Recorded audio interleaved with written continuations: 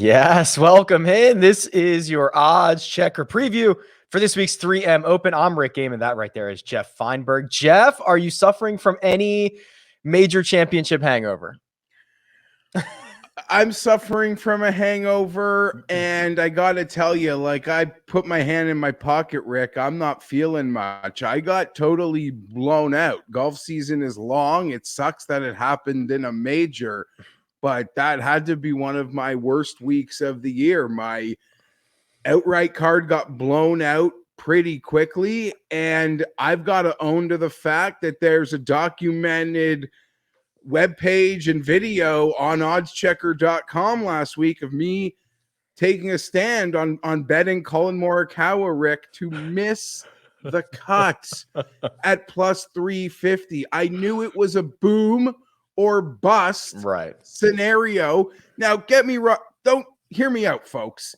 A lot of you didn't roster him in DFS and totally faded him there. That's no different than betting a guy to miss the cut. Okay, so lay off me a little bit. Yeah. But it's not like once he got it going, I was like, no, he doesn't have a chance. Like once the boom scenario is in play for Colin and the weather's like a beautiful weekend side, clearly, and you see the weekend weather, you're like, oh my God, this is all setting up for Colin. So congratulations to him. Congratulations to people who just ignored the variables and bet the ceiling at a great number. So props to you guys.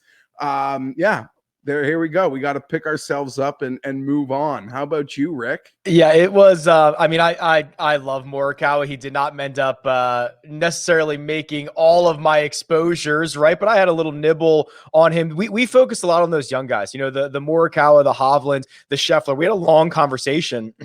Excuse me, about those guys last week. And I kind of settled on the wrong one, which was Hovland, which was where a lot of my exposure was. But like similar idea, tap into the upside, forget about the experience and see what happens. Now, there's no better time than now to bounce back, Geoff, with a 3M Open for this week. And if we pull up the big board here, Dustin Johnson stands alone as the man atop the board, 7-1, 7.5-1, depending on where you're looking, with Louis Oosthuizen and Tony Finau and Patrick Reed rounding out kind of the sub 20-1 golfers here. When you're looking at the top of the board, what do you see? If I did make a move here, I guess the only option for me would to be biting on Dustin and just like moving on and like going to the beach this weekend and ignoring the tournament. Guys like Patrick Reed, I know it's like a fun thing we like to say, Rick. He plays a ton, but like WGCs, an event like Torrey Pines, majors, look at his win resume. Like 3M Open would look so out of place there. And Louis is he was in the thralls of it for 4 straight days, almost going wire to wire. While this field strength doesn't count as much and people, would still, like Louis dropped the bag again in some respects, I would be so impressed if he was able to come through that and win, but his lack of ability to win on American soil to begin with, and this event doesn't feel like it fits the Louis profile at all in terms of where he rises. No, and you're being asked to get 15-1 at FanDuel. That's the best number available here on the grid. It's like now you're paying for the ceiling, and do you even get the ceiling? I'm not nearly as excited. I agree. I will probably end up avoiding this range entirely if I wanted to have a sweat on a Sunday and just be interested in watching something. I think DJ's game is trending, but I can't imagine any of these guys make my card. And even for me, like I'm a Finau like super fan, and so badly, like all of us want him to just get a win and the narrative can end. But I always find these weekends, Rick, end up being the absolute worst for him and the most polarizing in 2 cents, like the Amex, like here last year when he couldn't close out Michael Thompson. On Sunday morning, people are like, oh, Finau wins. Like, who cares? It's the 3M Open. People already want to take it away from him. And then when he can't close out or beat a Michael Thompson and have a really bad Sunday, it's like it puts so much gasoline on his narrative. So I guess if I'm going to lose my money as one of these guys win, I would hope it's Tony Finau, but I can't bet it either. No, I don't think so. If you move a little bit further down the board, you start getting into some interesting names. And we were kind of chatting before we went hot here because this is, Cameron Tringale at 31-1. It's Emiliano Grillo 35-1. Bubba Watson at 40. Now, there's a couple of names in here, and I don't include Bubba in this conversation that I like. Like, I understand the sentiment around Tringale. I understand the sentiment around Grillo, but am I confident they're actually going to win a golf tournament, Geoff? I like Grillo a lot. I haven't pulled the trigger yet. There's someone in this range who I have pulled the trigger on. I'll mention in just a moment. But yeah, I said it too. It's like, can I in good conscience bet Grillo at 35-1 and not just take Bubba at 40 out there looking at it on the grid? When you saw Matt Wolff and Bryson go to the finish line, and it was still immaculate iron play that got them there. Even Michael Thompson last year, iron play, 175 to 200 yards. Bubba's been doing that great. He wasn't at the Open Championship last week. He's just a winner. So it's like, do I make a move on Grillo, or do I just trust an actual winner in Bubba Watson? That's a decision I still need to make, but a decision I've already made, Rick, is I have bet Sergio Garcia. I am going to take this run of fabulous form. What is it? 3 straight top 15s, 4 straight top 20s, I believe. Ball striking seems to be there. Sort of, a recipe for this place like PGA National, where I want to say he lost at a finish line. And I think I have a lot of PGA National references in the bets that I've made this week so far. But Sergio Garcia 35-1. I think this event sets up in the Sergio wheelhouse. Yeah, let me put a bow on. So Emiliano Grillo 35-1 at DraftKings, FanDuel, and William Hill. Bubba Watson 40 at William Hill and Bet365. And then Sergio, the best number available on the grid right now, 35-1 at DraftKings. I think that's fair. I think I've narrowed it down to the Bubba Sergio conversation as well. There's something about Bubba who was playing well, really no fault of his own, and didn't even test positive himself. Misses out on the Open Championship, which you could argue might be a good thing for some of those guys coming back and trying to play immediately. So I'm cool with Watson, but I'll tell you what. 40-1 on Cam Davis, who just won 2 starts ago on a course that I don't know if TPC Twin Cities is a great fit for anyone. I think it's a very average course. I don't think there's any unique defining features about it that make it great for bombers or accurate guys or short game specialists or anything like that, Geoff. But Cam Davis, fresh off a win 2 weeks ago or 2 starts ago, got the start after the win. I like that. Get back into your own paces. Run him back out there at 40-1. I've already made a bet on him. Hey, that's I almost want to say that's a ballsy move, because I feel like so many times, Rick, once a guy wins who is of a certain tier, you almost completely write them off winning again that season. It's actually hyper rare in many regards, although we've already seen, I think Stu Cink is back too this year. Kokrak, who we'd probably agree is a better player than Cam Davis, but Certainly. Who knows what the future holds. But I remember we went a really long time without it. And the last player to do something maybe, and even what you're asking for, would be Patton Kizzire when he double ran Hawaii a few years ago. I have nothing bad to say about it. I'm going to look into it a little more. As someone who cashed the Cam Davis outright a few weeks ago, I already feel like he has totally paid me off. Yeah, he might as well just hang on to those Cam Davis profits for a while and not start reinvesting them. I can certainly understand that sentiment. Right after that, we start to get down to the 50s, the 60s, the 65s.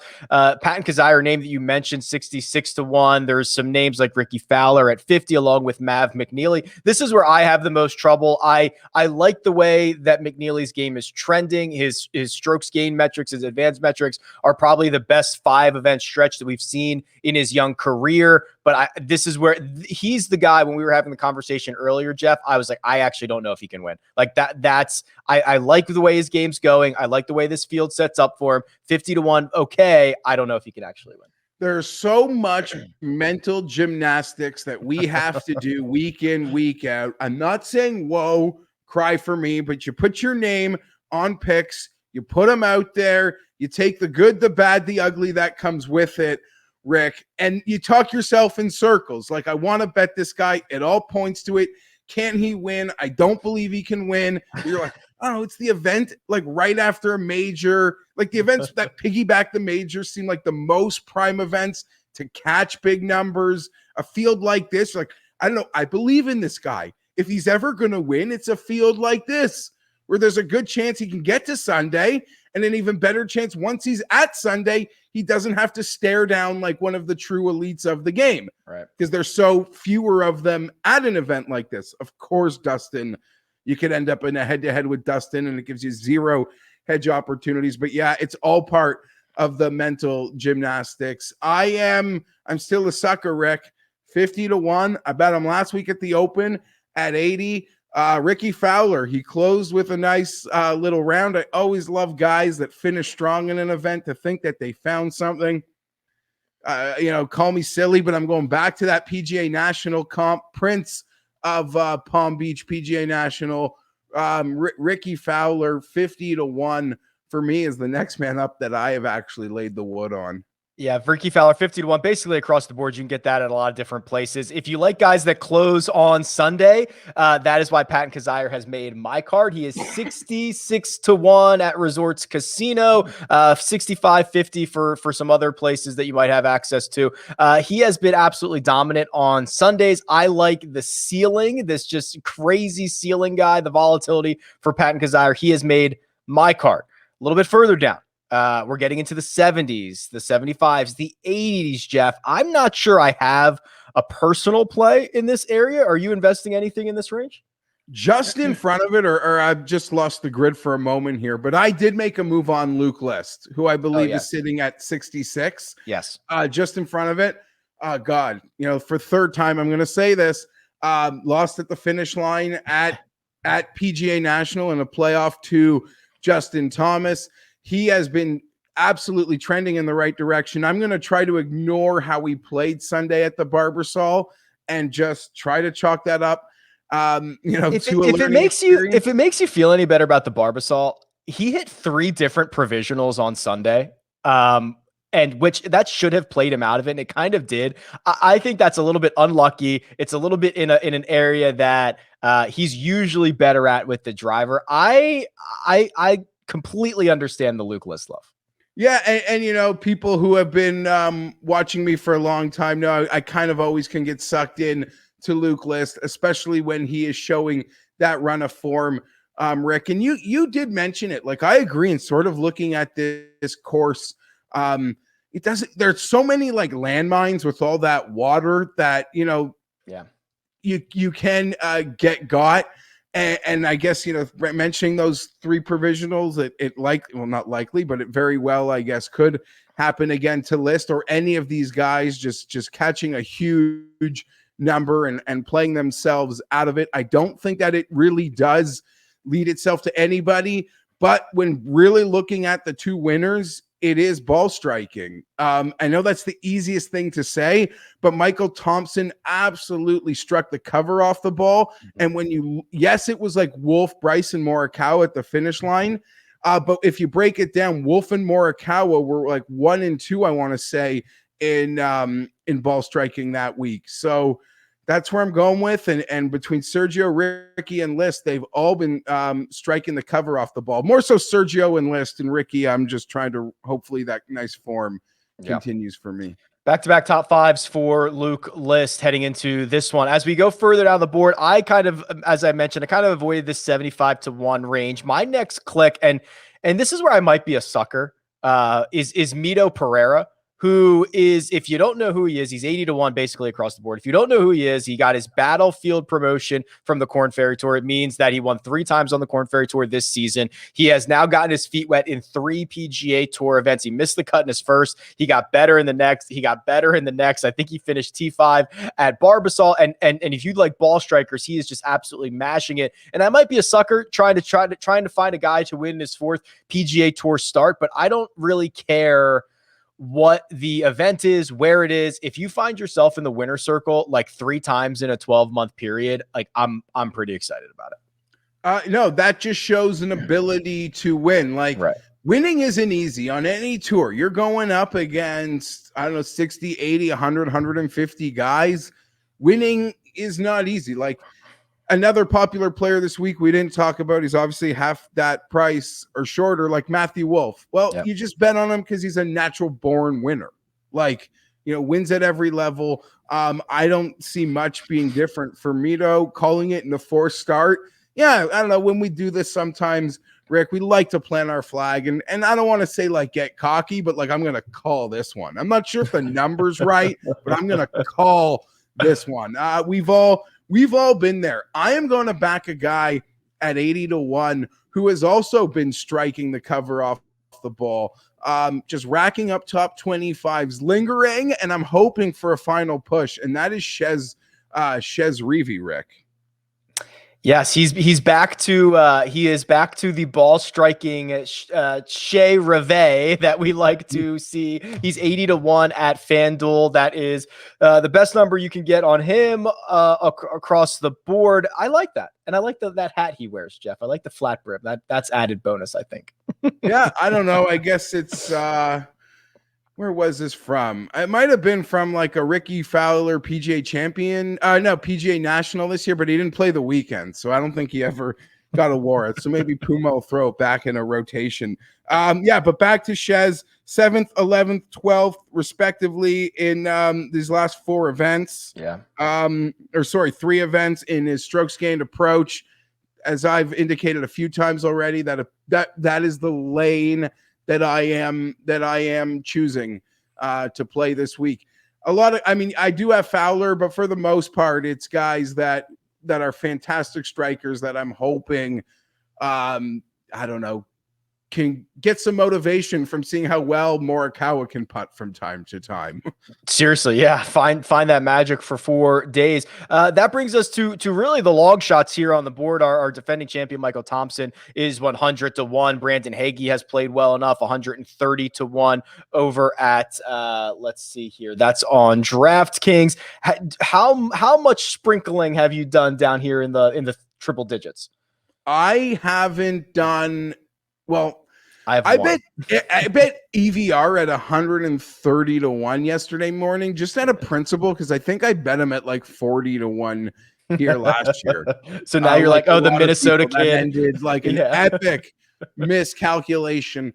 And any course that has a large amount of landmines, water is probably not ideal for EVR, because even when it's running good, we're going to go off the track. But that is the lone move that I have made. I will say I'm really in the midst of like deep diving Bo Hoag, who a lot of people I respect. Like, his name has come up in a bunch of stuff I've taken in already. So that's something I'm going to look at when we're done here. And maybe I'll throw his name out there tomorrow in my Wednesday OddsChecker vid.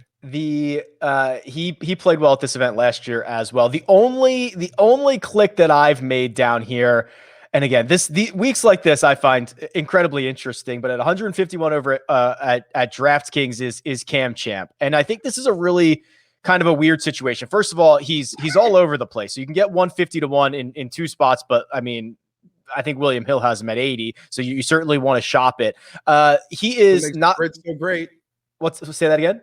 That's what makes using that OddsChecker grid so great. Amazing. It's amazing. It saves me so much time from clicking all around and seeing where the values are. And I like that, right? Where there's this fluctuation. Odds makers aren't even sure what to make of this guy, which I think is kind of an interesting time to grab on. He's said he's playing the best golf of his life. That's like every football player coming into training camp in the best shape of their life. I understand that's what they all say, but had a nice finish in his last event. And I think if we're catching him at the right time, entering what might be more reminiscent of his multiple PGA Tour wins at 150-1 in this field, I'm able to dabble on that. That was my one click. No, and I do like that. And actually, when Mayo was pressing me to like pick some names, that was one that did catch my eye, just because of he played really well. Like, he's a guy that just shows up. He can even like win with no form. I could be wrong about that, but it seems like he's just got this ability to absolutely spike. That being said, for a guy who did show up in the last event, Maybe people who are backing him this week are lucky that we did have a major last week, because he feels like he's forgotten again. He's gotten no bump for playing well. Granted, this field is a bit harder. There's about 3 or 4 names at the top that certainly weren't at the John Deere. But I think there's value in the sense that we've seen life, but there are some books out there that haven't reacted to that life. I agree. 3M Open, Geoff. Anything else before we get out of here? That is it for me. That is it. That is it for me. I'm still trying to recover from openly saying like the winner is the guy who won the tournament's going to miss the cut. That would sting me if I did that at the Sanderson Farms. The fact that it happened at a major is so I'm still a bit rattled from that. And Rick, I do want to say, I think people that do this weekly, most of us, we're so like deep into the trees that we just heard the Colin comments about his irons and a lot of people the debutante thing and just wrote him off. But my friends that cashed it, they're like just casual golf bettors. They like to bet the tentpole events, and they didn't read into the variables at all. They're just like, no, that guy's really good. That number's amazing. I'm in. I completely agree. When I heard, oh, I'm having trouble getting my clubs through the turf, and the worst finish he's ever had as a pro in an event that he had made the cut was the week prior at the Scottish Open. Like, yeah, if you were just unaware of all of that, you did much better than everybody else. Exactly. Seriously. It's how it works. It's golf season's long, but hey, we're here kicking that can, and 3M going to bring better things, certainly from me. Amazing. That's Geoff Fienberg. I'm Rick Gehman. This has been your Odds Checker betting preview for this week's 3M Open. We will catch you next week. Good luck.